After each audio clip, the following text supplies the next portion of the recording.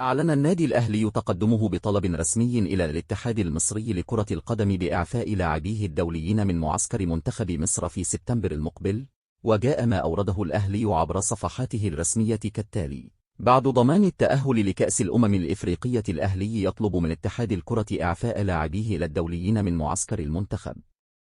للارتباط بالسوبر الإفريقي. أرسل النادي خطابا اليوم للاتحاد المصري لكرة القدم جاء فيه أن نظرا لأن المنتخب الوطني تأهل والحمد لله رسميا إلى نهائيات الأمم الإفريقية القادمة بغض النظر عن مباراته الأخيرة مع نظيره الإثيوبي يوم 8 سبتمبر، كما أن المباراة التالية للمنتخب يوم 12 من نفس الشهر هي تجربة ودية، لذا يأمل النادي المساندة والتعاون من اتحاد الكرة والعرض العاجل على المدير الفني للمنتخب بألا تشمل اختياراته لاعب الأهلي خلال الفترة من 4 إلى 12 سبتمبر نظرا لحاجة الفريق الشديدة إلى كل عناصره، وهو يخوض مباراة رسمية على بطولة السوبر الإفريقي أمام اتحاد العاصمة الجزائري يوم 15 سبتمبر بمدينة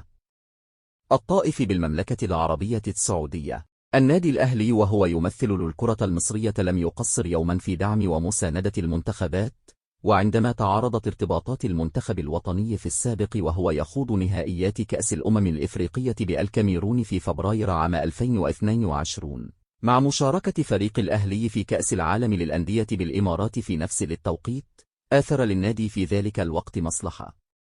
المنتخب. وجاء في ختام الخطاب أن النادي يتطلع إلى دعم اتحاد الكرة والجهاز الفني للمنتخب حتى يحصل فريق الأهلي على فرصة كافية للقيام بالتجهيزات الفنية اللازمة قبل مباراة السوبر الإفريقي. وأعلن الاتحاد الإفريقي لكرة القدم كاف إقامة كأس السوبر الإفريقي في السعودية بين الأهلي واتحاد العاصمة الجزائري، ومن المقرر